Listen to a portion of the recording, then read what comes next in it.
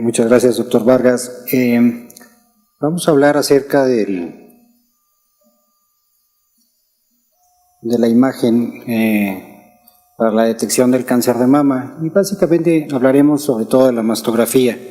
¿Y por qué? Porque esta es la manera como nosotros podemos hacer tamizajes para el cáncer de mama, a pesar de que el BI-RADS o la clasificación BI-RADS se hace no solo para la mastografía, sino también para el ultrasonido, la resonancia magnética, el PEM y las imágenes que se puedan llevar a cabo de la mama.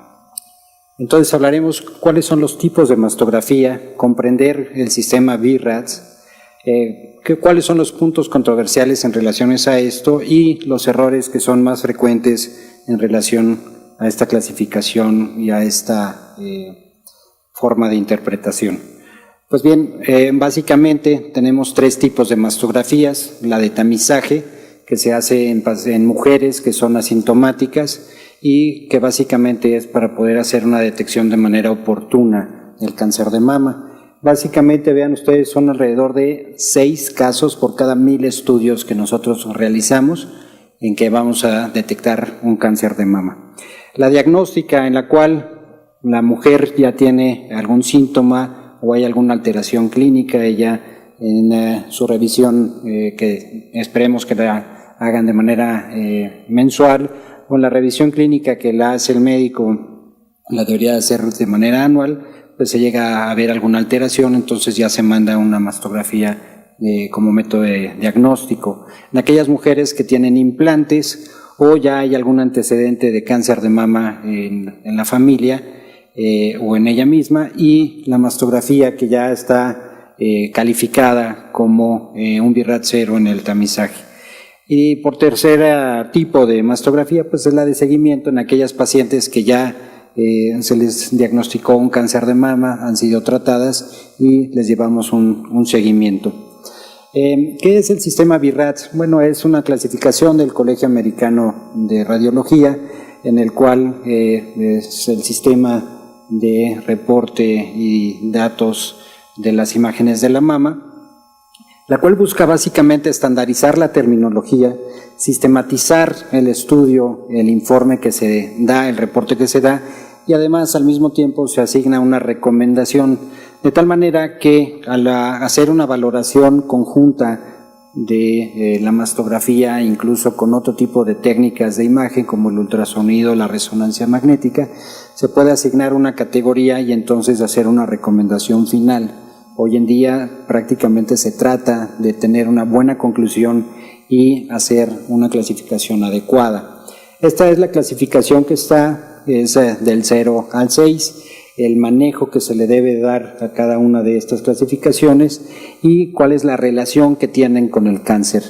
Por ejemplo, la categoría 0 es una categoría incompleta y básicamente se pide que la paciente regrese para que se haga un estudio complementario, que puede ser igual un estudio mastográfico como una ampliación de la imagen, o puede ser un cono de compresión, puede ser también una proyección diferente a las de tamizaje, que son 2, la cefalocaudal y la mediolateral. Y bueno, no sabemos bien a bien cuál es la correspondencia que tiene el cáncer con el cáncer, aunque se dice que puede ser hasta de un 20%. La categoría 1, que es negativa y que se hace una mastografía de rutina. La categoría 2, que son hallazgos benignos, prácticamente es igual que la 1. Y la categoría 3, que ya hay algunas imágenes que nos dicen que probablemente se trate de algo benigno, pero ya hay un riesgo mínimo de mayor al 0, pero menor al 2%, en el cual básicamente se pide que hagamos un seguimiento con un intervalo corto, o de alguna manera, si ya clínicamente consideramos que no es necesario, se tendrá que hacer su tamizaje de manera normal. La categoría 4, que a su vez se divide en A, B y C, dependiendo de la probabilidad de la sospecha de malignidad.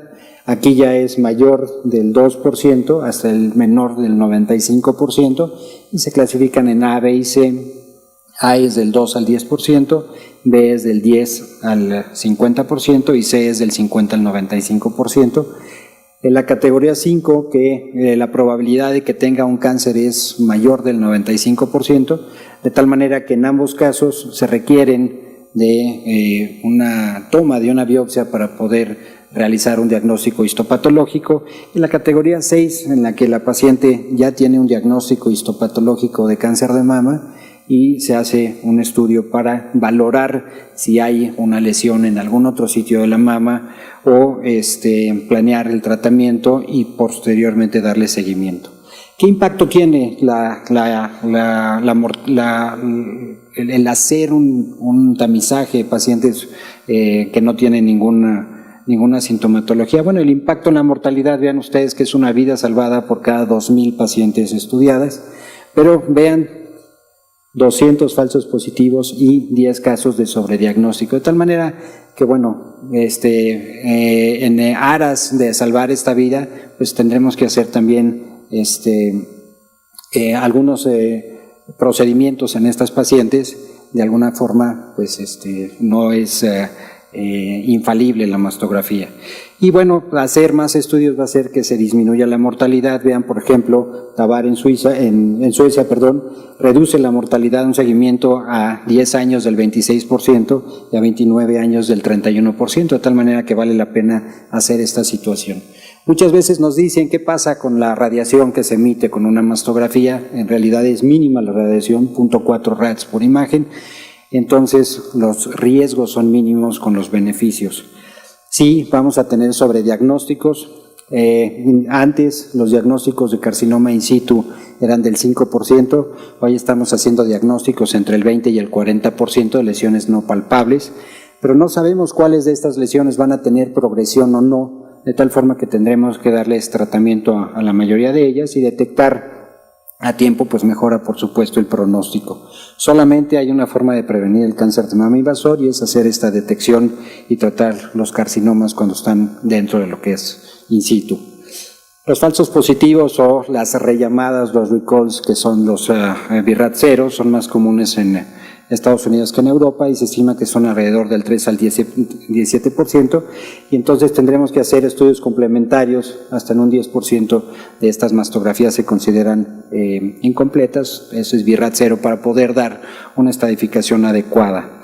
Lo cierto es que, bueno, pues vean ustedes cómo en los años 80 era 39% más de probabilidad de morir por cáncer de mama que hoy en día gracias a estos sistemas de tamizaje.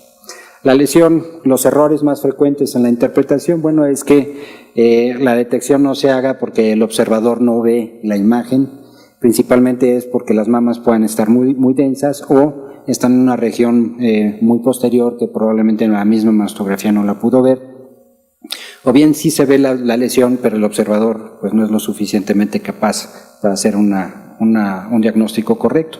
Vean, por ejemplo, incluso aquí está señalado con las flechas, las lesiones que se puedan ver. Es una mama bastante densa y por supuesto hay que hacer un estudio complementario que es el ultrasonido. El primer observador dio un BRAF 2 como si esto fuera una mama normal. El segundo observador da un BRAF 0 y se complementa con el ultrasonido y finalmente se hace una biopsia con aguja cortante en el que se da el diagnóstico de cáncer infiltrante. Error de la interpretación, excesos, una lesión benigna la clasificamos como sospechosa sin hacer estos estudios complementarios para poder saber realmente la naturaleza de la lesión que estamos viendo, o lo peor, minimizar una sospecha, una lesión sospechosa y la clasificamos como si esta fuera benigna.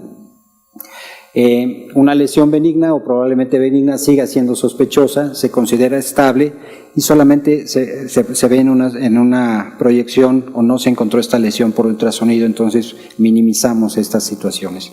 Vean, por ejemplo, el exceso que pueda haber aquí en estas imágenes que pareciera una imagen estelar. No sabemos la historia de esta paciente, eventualmente pudo haber tenido ahí ya una resección, pudo haber tenido una cicatriz secundaria a esto, entonces se ve esa distorsión en esta región de la mama, entonces se le da una calificación de 4. De tal manera que tendremos que hacer estas interpretaciones con la clínica y saber los antecedentes que tengan estas pacientes. Vean otra consideración de una lesión que la están considerando como benigna o sospechosa, o probablemente benigna, pero vean lo posterior que está dentro de la mama. Generalmente ahí no debe de haber esas imágenes, entonces hay que sospechar esta situación. A la hora que se le hace una biopsia, se dice que el patólogo ya da el diagnóstico de un carcinoma ductal. Debemos de conocer los problemas técnicos de la mastografía.